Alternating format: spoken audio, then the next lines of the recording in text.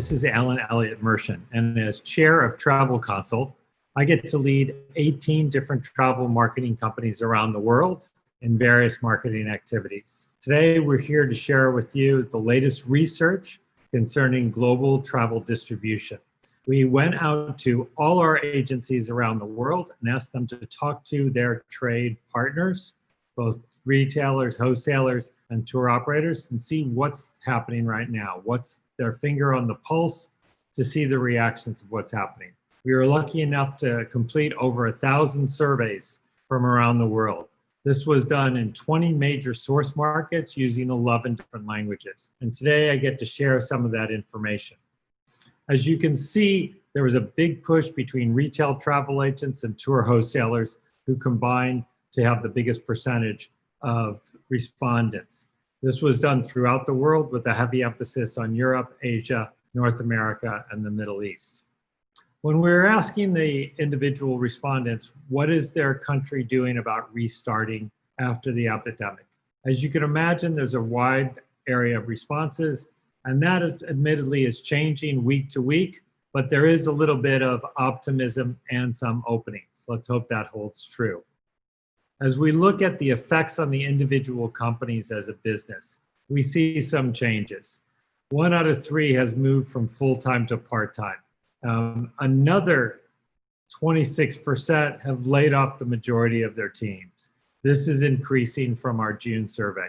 At the same time, we are seeing a few little glimmers of hope that some people are retaining their full-time people. We do see in different markets more of a push of independent contractors as opposed to full-time employees, and a shift in the way they're thinking and the way they're running their business. Not too optimistic was what would happen if the government didn't help or didn't have intervention in your country, which is unfortunately many of the cases out there. If they can make it through the next 6 months, there is a positive feel that they can make it through. And so we're hoping that as time moves on, as vaccines start to look available, that there is more of an uptick on the ability for agencies to maintain and even prosper and grow. Naturally, revenue is down, and it's down across the board, but the optimism is looking forward into 21 and hopefully 22 as the impact on revenue will decrease and the impact on profit will increase. We then went into a category of their response to COVID-19 and what did they do. As you can see, there's an increase in interest in changing their business model from small to big. And we know that's going to continue because it has to be. And also it's the opportunity to be creative in the way people run their business. The other thing we saw from our June survey is an increase in designing new products. We saw a decrease at the same time from training programs.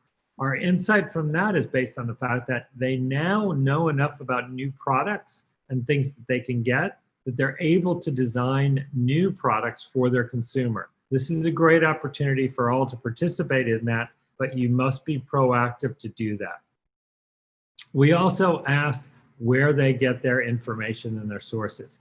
Luckily, it's within the industry. So it's tour operators and travel agency associations where they're getting most of their data, more so than even the DMOs or their industry friends. So if you're involved with that, it's great to keep sharing that information. We also added a question about clients, and only 1 out of 4 got their information from clients, still maintaining their expertise in the market. One of the other parts that we thought was quite interesting was the usage of telephone, where of course they were working with their consumers on emails. We see an increase in the use of telephones. I can speak anecdotally from talking to tour operators who tried to get their clients to postpone rather than cancel. If they sent emails, there was a likelihood the consumer would cancel. If they called the consumer, there was a 2-to-1 likelihood that the consumer would just postpone the trip. So sometimes traditional is still very modern, so to speak. We then asked them what they could glean from their clients. What did we hear? And this, interestingly, on a global basis, was literally all over the map. As you can imagine, from 60 to 80% for postponing. A lot of that is due to restrictions. And at the same time, many were waiting to decide where to go. You see in Australia, there was a huge cancellation, and that's because the country the entire country is in essence in lockdown. So not too optimistic there, at least for another year or so. But you also see other areas like the Middle East waiting to decide, but not necessarily changing it. The other thing we saw was only a small percentage of those changing destinations. Those who had trips planned still want to go to the same destination with all protocols in place.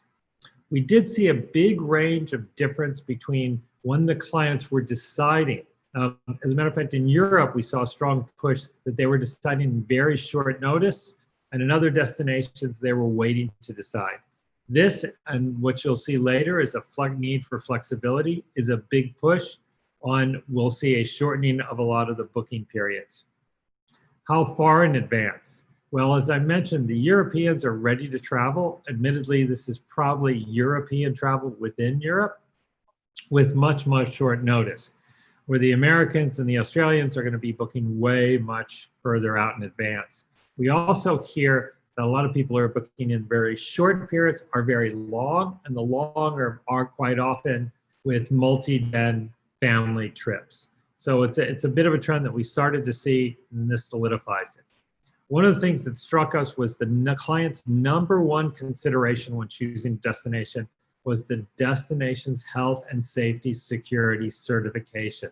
So we can't emphasize this enough. That certification that the country is okay is the number one priority. And that's quite significant. 3 out of 4 said this would be the client's biggest consideration. Right after that is the destination management of COVID in general, not just in travel. So it's important to get those stories out, not just what's happening in travel, but what the country is doing to deal with COVID. Interestingly, only 4 out of 10 came up with price as an element. Of course, we'll look at flexibility and other things, but keep in mind that certification from the nation, what the nation is doing is top. The actual hotel and health certifications from that seem secondary, if not tertiary for them. One of our big surprises when we asked what kinds of interest in the following products, which we gave a full list, is that 2 out of 3 said solo travel. Now, we knew this was on the rise, and this could be attributed to people living so close to each other for so long that they need to get away. But the reality is this was significant on a global basis. And we can compare it to some of the other products that we were asking about. From solo travels, all-inclusive resorts, fly drives were very strong. As you can imagine, ocean river cruises were relatively low. But the solo travel is very significant. And I've also heard from tour operators, a lot of people are starting to book on their own for the future. Part of it might be they need to talk to people too. The other thing we're seeing is a change in what's considered the travel season. And this is both northern and southern hemispheres. So people are reevaluating. They're thinking outside of the calendar, if you will, and saying maybe the time I travel could be changed. With so many people working at home, homeschooling, there's a lot more flexibility now than there ever was before, and we're starting to see that in the potential traffic patterns. The other big thing that was important to us is the idea of flexibility when offered to clients had a huge impact on their business. That confidence level from the consumer when the supplier's cancellations and flexibility policies were more open was very strong and kept the conversation going. We also asked what they wanted from the DMOs. And we think this is reflective globally. They want, once again, that health and safety certification. Next, they want the useful data. And of course, you can imagine, because their funds are limited, they want marketing campaigns for consumers. So as we see, 6 out of 10 want that healthy safety certificate. And this goes back to our previous question about wanting useful and timely data. That, of course, is related to more information about the destination. Once again, training sessions aren't as important as that ability to now sell to the destination with that certification. Once again, this emphasized the destination certification. And places like Singapore and Portugal have done a very good job at doing that. And of course, there's also international certifications like with the WTTC. The more authoritative, the better. The more in general, even better. Hotel certification, interestingly, is only 10%. They believe if the destination is safe, that trickles down to the hotels and the properties that they're experiencing. When we then take a look and ask everybody to look in their crystal ball and see the future, what did we see? Once again, the need for flexibility. 7 out of 10 said, I need to be able to modify cancellation policies and terms and bookings. This is a new world for us. It's not going to be the 60-day out, 90-day out. It might be 6 days and 9 days out. That's going to be the biggest thing. The other thing to offset that or to augment that will be insurance policies. The need to almost make it mandatory for the clients to sell insurance policies, and also airlines, hotels, and everyone else be insured at that same part. This might be the new norm, even beyond the ideas of COVID. One of the other eye-openers is the idea that people are looking at different places. Almost 90% would be somewhat likely or very likely to consider resorts and hotels that they had not previously offered. And when we look at destinations, it's even bigger. Look at that number. 53% said that they would very likely contemplate destinations they had not previously served. Two things to take out of that. Very encouraging if you have a young and upcoming destination.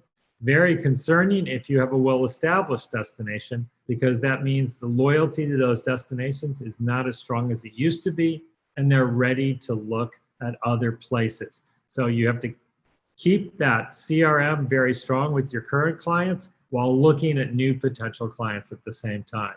Luckily, when it came to working with suppliers, there was a lot more loyalty than we saw in the other areas of concern. When we've talked about media, what marketing activities? The reliance and interest in social media has grown dramatically. And you can see this even from June to our October numbers.